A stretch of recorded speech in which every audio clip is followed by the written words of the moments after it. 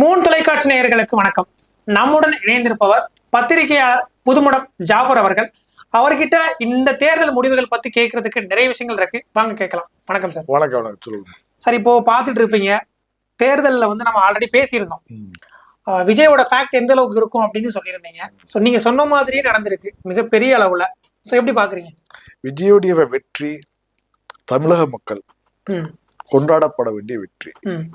இந்த வெற்றி ஜாதி மதம் இல்லாமல் கடந்து தேர்தலுக்கு பணம் பட்டுவாடா இல்லாமல் நடந்து முடிந்த ஒரு தேர்தல். விஜய் சார்பா அதிமுக சார்பையும் திமுக சார்பையும் பணங்கள் கொடுக்கப்பட்டது. ஆனா விஜயின் சார்பா பணங்கள் பட்டுவாடா பணம் போட்டது. எனக்கு இன்னொரு கொஸ்டின் என்னன்னா, இப்போ எல்லா தேர்தலுமே பொதுவா கட்சிகள் பணம் கொடுத்துதான் வாக்குகளை வாங்குறாங்க. நம்ம வெளிப்படையாவே தெரிஞ்ச விஷயம் தான் அது. ஆனா இந்த முறை தாவேகா சார்பில் எந்த ஒரு தொகுதியிலையும் ₹1 கூட கொடுக்கலன்றது ஒண்ணு. ரெண்டாவது 234 தொகுதியிலையும் அவர் பிரச்சாரமும் பண்ணல. இன்னொன்னு நான் சொல்றேன், வேட்பாளரை பற்றி முழுமையான அறிமுகமும் கிடையாது தொகுதி மக்களுக்கு. ஆமா. ஆனா இப்ப விசில் சின்னம் விஜய் இந்த ரெண்டையும் வச்சுதான் ஜெயிச்சிருக்கா. இவ்வளவு தூரம் வெற்றி வாய்ப்பு வந்திருக்கு. இந்த வெற்றிக்கு பின்னால திமுகவுடைய வெறுப்பு இருக்கு. வெறுப்பு கூட கிடையாது, வெறுப்புகள் கடுமையா இருக்கு.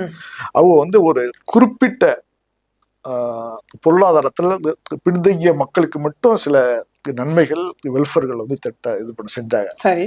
நடுத்தர மக்களுக்கு பெரிய அளவுல இது வெல்ஃபேர் திட்டம் இல்ல. இந்த அஞ்சு வருஷத்துல பெரிய அளவுல நடுத்தர மக்கள் ரொம்ப இக்கட்டான சூழல்ல வாழ்ந்தாங்க.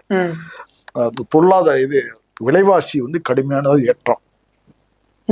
இப்ப மெட்ராஸ் சிட்டி எல்லாம் எடுத்தீங்கன்னா ரெண்ட் வாடகை 10,000 ரூபாய்க்கு போயிட்டு இருந்த ஒரு சின்ன வீடு எல்லாம் இப்போ 15,000 ரூபாய் 20,000 போகுது. அதுக்கு முக்கிய காரணம் சொத்து வரி ஏற்றம். இந்த மாதிரி பல்வேறு பிரச்சனைகள், சட்ட ஒழுங்கு பிரச்சனை, போதை கலாச்சாரம் ரொம்ப சர்வசாதாரணமா இருக்கு. அதுதான் திமுக தோல்விக்கு காரணமா? இது போல பல்வேறு பிரச்சனைகள் தோல்விக்கு காரணம். ரெண்டாவது, திமுக விளம்பரம் இருக்குல்ல, எதுக்கு எடுத்தாலும் அவருடைய குடும்பம் சார்ந்த பேர் வைக்கிறது. கலைஞர் பூங்கா, கலைஞர் எதுக்கு எடுத்தாலும் இப்படியே சொல்லிட்டு இருக்குது. அப்புறம் எல்லாமே கலைஞர் தான் செஞ்சாருங்கிறது.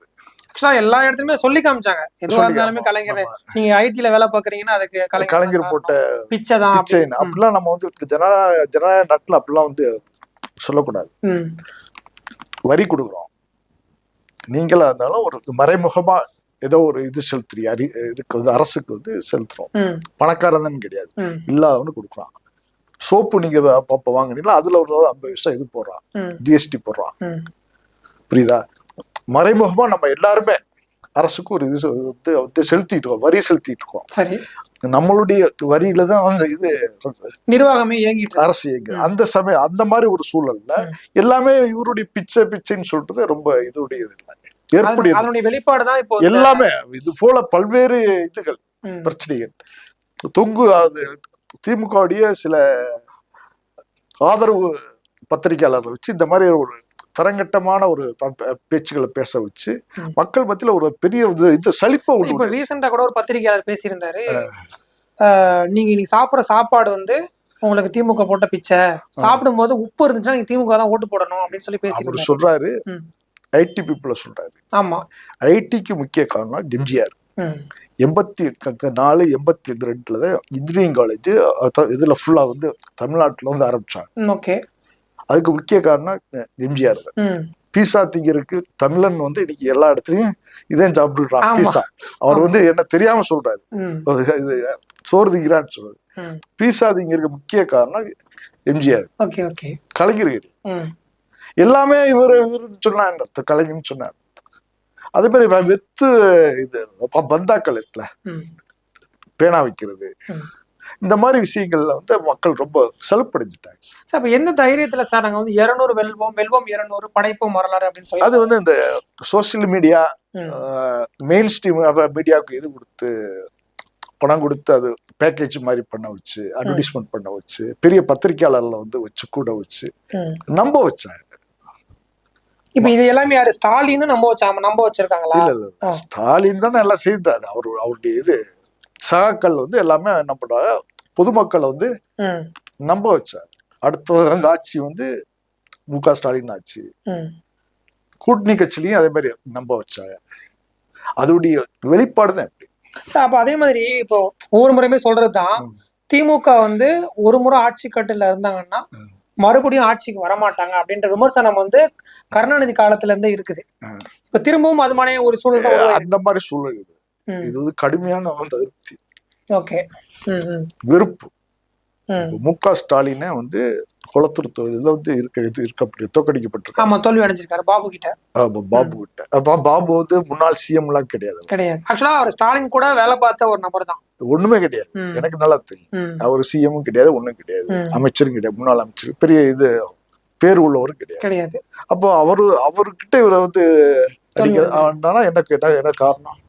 ரெண்டாவது, இது வரைக்கும் திமுகவுடைய தலைவர்கள் வந்து தோத்ததாக அண்ணாதுரையில இருந்து கருணாநிதி வரைக்கும், கலைஞர் வரைக்கும் இது கிடையாது. ஆனா அந்த சரித்திரத்தை அவர் இது முறையடிச்சிருக்காரு. ஒரு தடவை வந்து திமுக 2 தொகுதியெல்லாம் வெற்றி பெற்றாங்க. கலைஞர் ஓட்டாரு. அண்ணாவும் அதே மாதிரி தொகுதியில வெற்றி பெற்றிருக்காரு. திமுக தலைவருங்கிற ஒரு அடிப்படையில பாத்தீங்கன்னா அவர் வந்து வெற்றி பெற்றிருக்காரு. அந்த அடிப்படையில பட்டா இந்த மு.க. இது கட்சிக்கு எவ்வளவு மிகப்பெரிய பாதிப்பா இருக்குமா இல்ல எப்படி சார்? பாதிப்பு தான். மெட்ராஸ் சிட்டியே கிட்டத்தட்ட ஆல்மோஸ்ட் ஒரு 2-3 சீட்டு தான். அப்போ அந்த மக்களுக்கு இங்க பெரிய அதிருப்தி இருக்கு, வெறுப்பு இருக்கு. அத வந்து தெரிஞ்சுக்கிறாம இது பண்ணது, ஆட்சி பண்ணது அவருடைய பெரிய மிஸ்டேக். அதையும் மீறி இவர் வந்து மத்தபடி வந்து தெரிஞ்சிருக்கணும். அதிகாரிகள் வந்து சமயத்துல அரசுக்கு வந்து சாதகமான ரிப்போர்ட் தான் சொல்லுவாங்க. அதெல்லாம் மீறி இவர் சில இது சோர்ஸ் வச்சு இதெல்லாம் வந்து தெரிஞ்சிருக்கணும். ரெண்டாவது, இவருடைய பேச்சுகள் மற்ற இதெல்லாம் இருக்குல்ல, அதெல்லாம் பெரிய அளவுல எடுபடலை. இப்ப கூட வந்து தேர்தல் கமிஷன் இதுல வந்து சொல்லிருக்காரு, 10,000 ரூபாய் தான் இருக்குது. ஆமா, இதெல்லாம் எவ்வளவு பெரிய கார் இல்ல, 10,000 கையில இருக்கு. எல்லாத்தையும் இப்ப 10,000 இருக்கு. 10,000 வச்சுட்டு அவர் அங்க போறாரு, இங்க போறாரு, கொடைக்கானல், ஊட்டி எல்லாம் போறாரு.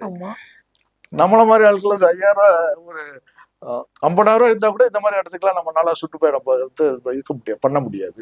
அவர் மட்டும் எப்படி போறாரு? இதெல்லாம் வந்து ஒரு இதான இது. ரெண்டாவது, அவருடைய சைக்கிள் ஓட்டுறது, போறது, வர்றதெல்லாம் பெரிய அளவு ஈடுபடல. விளம்பரம் சம்பந்தமா தான் அது ஆட்சிகள் இருக்கு.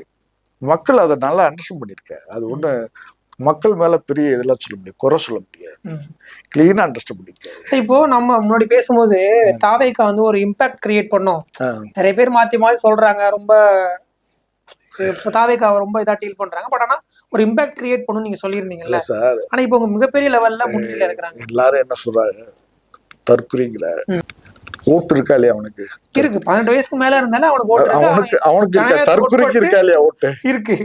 ஐஐடில உள்ள இவருக்கு இருக்கு, பேராசிரியர் இருக்கு, அவருக்கும் இதே ஒரே ஓட்டு, சிங்கிள் ஓட்டு. அப்புறம் என்ன இருக்கு? ஜனநாயகத்துல இதுதான் முக்கியம், ஓட்டு தான் முக்கியம். அறிவாளி, புத்திசாலி, பணக்காரங்க அதெல்லாம் கிடையாது. இத வந்து முதல்ல அண்டர்ஸ்டாண்ட் பண்ணணும். திமுக வந்து அப்படி ஒரு தற்குறிங்கிற சொல்லாடிலேயே அந்த இடத்துல யூஸ் பண்ணிருக்க வேண்டியது இல்லை. அத வந்து ரொம்ப முகமா அதை வந்து செஞ்சதுடைய விளைவுதான் இப்ப திமுகவுடைய படுதோல்விக்கு இது காரணம். சரி, இப்போ விஜய் நம்பிதான் எல்லாருமே வாக்களிச்சிருக்கிறாங்கன்னு சொன்னீங்க. ஆனா விஜய் கூட இருக்கக்கூடிய சகாக்கள் வந்து எல்லாருமேலுமே ஒவ்வொரு சில குற்றச்சாட்டுகள்லாம் இருக்கு சார். இப்படி எல்லாம் சொல்லிக்கிட்டே இருந்தோம்னா சொல்லிக்கிட்டே இருக்கலாம். இப்பதான் வண்டி உட்கார்ந்துருக்கோம், ஸ்டார்ட் ஆகுது. இப்ப ஸ்டார்ட் ஆகும்போது எங்கேயா போய் முட்டுமான்னு கேட்டா என்ன அர்த்தம்? முட்டும் போது பாத்துக்கிற வேண்டியது. இப்ப விஜய் வந்து ஆட்சி கட்டில அமர்ந்தாருன்னா அவருடைய ஆட்சி வந்து எந்த மாதிரியான ஆட்சியா இருக்கும்? ஏன்னா முன் அனுபவமே கிடையாது. ஆக்சுவலா கட்சி வந்து 2024 பிப்ரவரியில தொடங்குறாரு, 2026 சொன்ன மாதிரியே வின் பண்ணிட்டாரு. ஒருவேளை ஆட்சி கட்டில அமர்ந்தா இந்த அதிகாரத்தை வந்து அவரால் கரெக்டா மேனேஜ் பண்ண முடியுமா? பண்ண முடியும் சார். ஏன் கேக்குறேன்னா, இபிஎஸ் வந்து சின்ன வயசுல இருந்து அரசியல் இருந்தவர், ஸ்டாலினும் சின்ன வயசுல இருந்து அரசியல் இருந்தவர். சோ அந்த சிஎம் நாற்காலின்றது அவங்களுடைய அந்த உதயநிதி வந்து இவரு ஸ்டாலினும் சின்ன வயசுல இருந்து அரசியல் இருந்தது. இல்ல இவரு உதயநிதி இல்ல, அவர் இது அதே மாதிரி இவரும் மெயின்டைன் பண்ணுவார் சார். இந்த நிர்வாக செட்டப் ஒண்ணு வந்து இருக்கு, அதிகாரிகள் இருக்காங்க, ஐபிஎஸ் அதிகாரி இருக்கா, அட்வைஸ் இருக்கா, அவங்க ஆலோசனை அப்படி இவர் செயல்படுவாரு. இதுல என்ன இருக்கு? Okay okay. சோ இப்போ அதே மாதிரி தாவேகா வந்து 13 இஸ்லாமிய வேட்பாளர்களை நிறுத்தியிருந்தாங்க. அதுல கணிசமான நபர் வந்து சட்டமன்ற உறுப்பினரா போக போறாங்க. மற்ற கட்சிகளை விட இஸ்லாமிய சமூகத்தை சேர்ந்தவங்க போக போறாங்க. அவங்களுடைய பிரதிநிதித்துவம் அங்க அதிகமாக போகுது. ஜெயலலிதாவுக்கு அப்புறம் 2001 வந்து ஜெயலலிதாவுக்கு முஸ்லீம்கள் அதிகப்படியான வாக்கு செலுத்தினாங்க. இப்போ வந்து தாவேகாவுக்கு வந்து செலுத்திருக்காரு. அதான் காரணம்.